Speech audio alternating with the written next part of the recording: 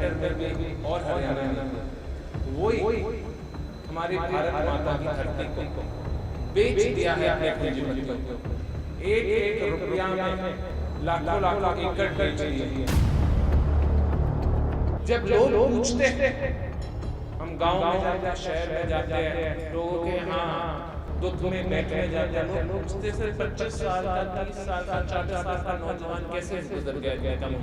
बिल्कुल स्वस्थ। एक ही कारण, इस भाजपा सरकार ने पिछले 11 साल हमारी धरती को, हमारे पानी को, हमारी हवा को, सबको जहरीला बना दिया।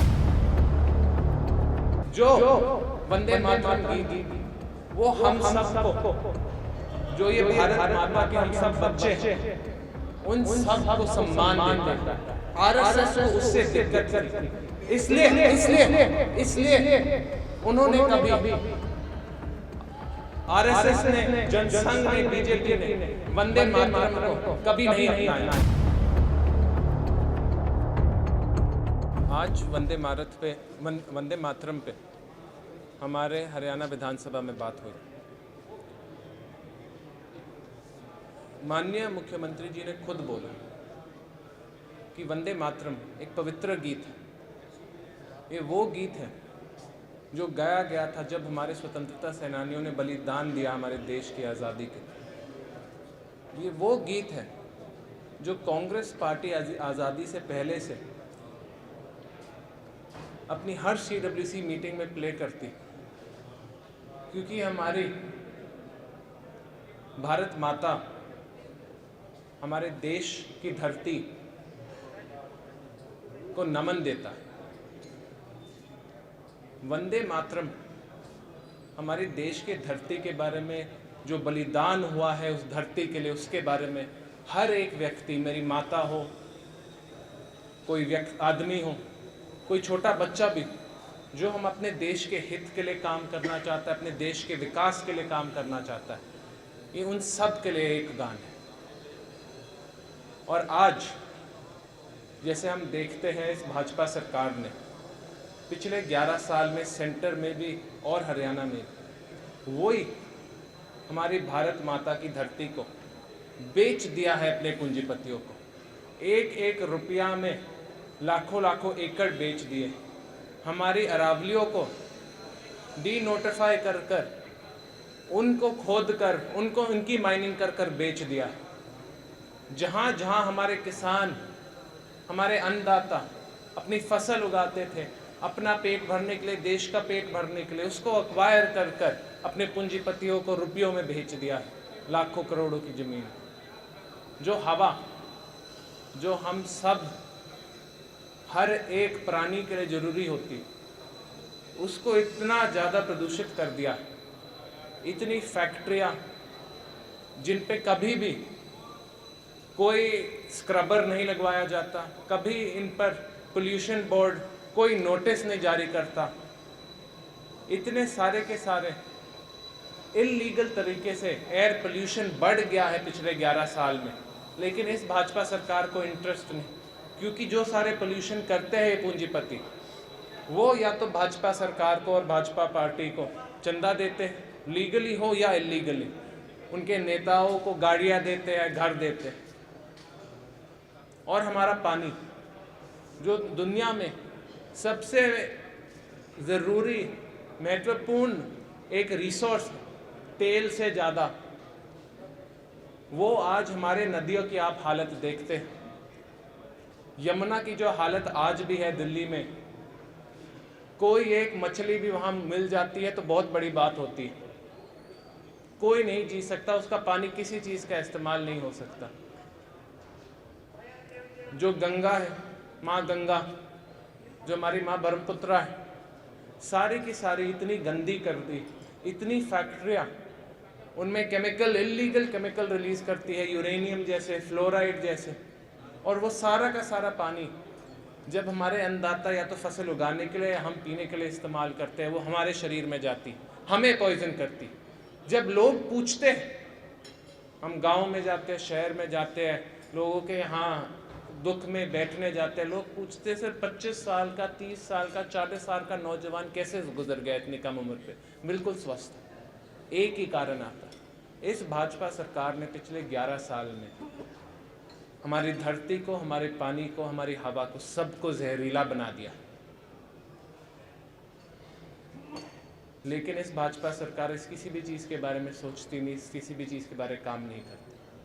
तो जब हम आज वंदे मातरम बोलते हैं, आज हम अंग्रेज़ों से नहीं लड़ रहे, आज हम अपनी स्वतंत्रता के लिए नहीं लड़ रहे, आज हम अपनी धरती माता के लिए लड़ रहे हैं कि एक बार फिर से हमारा पानी, हमारी हवा, हमारी धरती वैसे ही सुंदर हो जिस धरती के लिए हमारे स्वतंत्रता सेनानियों ने अपना बलिदान दिया था। और ये भाजपा सरकार जो उन सबको प्रदूषित बनाना चाहती है, जहरीला बनाना चाहती है, उस सब के खिलाफ ये लड़ाई। सिर्फ भारत में फैक्ट्रियाँ नहीं, पूरी दुनिया में फैक्ट्री है, यूरोप से लेकर, अमेरिका से लेकर चीन में भी फैक्ट्री। लोग बोलते हैं वो चीन में जीना कितना मुश्किल हो गया। चीन में हमसे ज़्यादा बुरी पोल्यूशन की दिक्कत होती थी, उन्होंने वो दिक्कत संभाली ना। आज के दिन आप बीजिंग जाते हो, इनके बड़े बड़े शहरों जाते हो, हमारा जितना जहरीला हवा नहीं होती। आप यूरोप जाते हो जहाँ कंस्ट्रक्शन, जहाँ फैक्ट्री होती है, आप अमेरिका जाते हो जहाँ फैक्ट्री होती है, उनकी जहरीली हवा नहीं। क्योंकि साइंस की वजह से, इनोवेशन की वजह से नए टेक्नोलॉजी आई है जो प्रदूषण कम कर सकती है और आपकी फैक्ट्री चलती रहेगी। भारत में नई फैक्ट्रियाँ लाने की ज़रूरत है, लेकिन ये भाजपा सरकार हमारे एनवायरनमेंट के बारे में, आसपास रहने वाले लोगों के बारे में नहीं सोचती। ये सिर्फ उन पूंजीपतियों के बारे में सोचती है जो बोलते हैं हमें चंदा दे देंगे, इनको फैक्ट्री लगाने देते। तरीके बहुत हैं, लेकिन ये भाजपा सरकार उन तरीकों पे चलना नहीं चाहती, क्योंकि वो बोलते हैं हमें इस तरीके से पैसे नहीं मिलते, इससे पैसे खर्च होते हैं। लेकिन अगर हम अपनी माताओं, बहनों, अपने नौजवान बुजुर्गों की सेहत के लिए पैसे नहीं खर्चेंगे, अगर वो दिन दिहाड़े कम उम्र में गुजर जाएंगे कैंसर की वजह से, इस सारे के सारे जहरीले हवा और पानी की वजह से, तो उस पैसे का क्या फ़ायदा? क्योंकि जो सारे के सारे पूंजीपति हैं ये तो पैसा यहाँ लगाते हैं भारत में, लेकिन जाते हैं और लंदन में रहते हैं या दुबई में रहते हैं या और किसी विदेश, स्विट्जरलैंड में रहते हैं, क्योंकि वो जानते हैं पैसे कमाते कमाते उनने हमारा देश खत्म कर दिया। इसलिए उनके खुद के बच्चे ना यहाँ नहीं रहते। और मैं तो बोलता हूँ बीजेपी नेता भी ये जानते हैं, इसलिए उनके भी बच्चे यहाँ नहीं रहते। आदित्य जी, जो अभी सदन में चर्चा हुई वंदे मातरम को लेकर, 150 वर्ष पूरे हो गए बंकिम चंद्र चटर्जी ने ये रचना की। आज़ादी में इस गीत को लगभग हर स्वतंत्रता सेनानियों ने गाया और उसको आत्मसात किया। ऐसा क्या कारण आप मानते हैं कि क्या वजह रही कि जो उसका स्टैंजा था जिसमें भारत माता की तुलना सरस्वती देवी के ज्ञान से की गई, दुर्गा माता की शक्ति से की गई और सरस्वती और दुर्गा और मैं समझ आ गया आपका प्रश्न। लक्ष्मी देवी की समृद्धि से की गई। मैं आपको बताना चाहता हूँ, कांग्रेस ने हटाया इसको। मैं आपको बताना चाहता हूँ कि जब अंग्रेज़ों के राज में, जब हमारे स्वतंत्रता सेनानी, कांग्रेस पार्टी जो हमारी आज़ादी के लिए लड़ रही थी, वो वंदे मातरम गीत इस्तेमाल करती थी।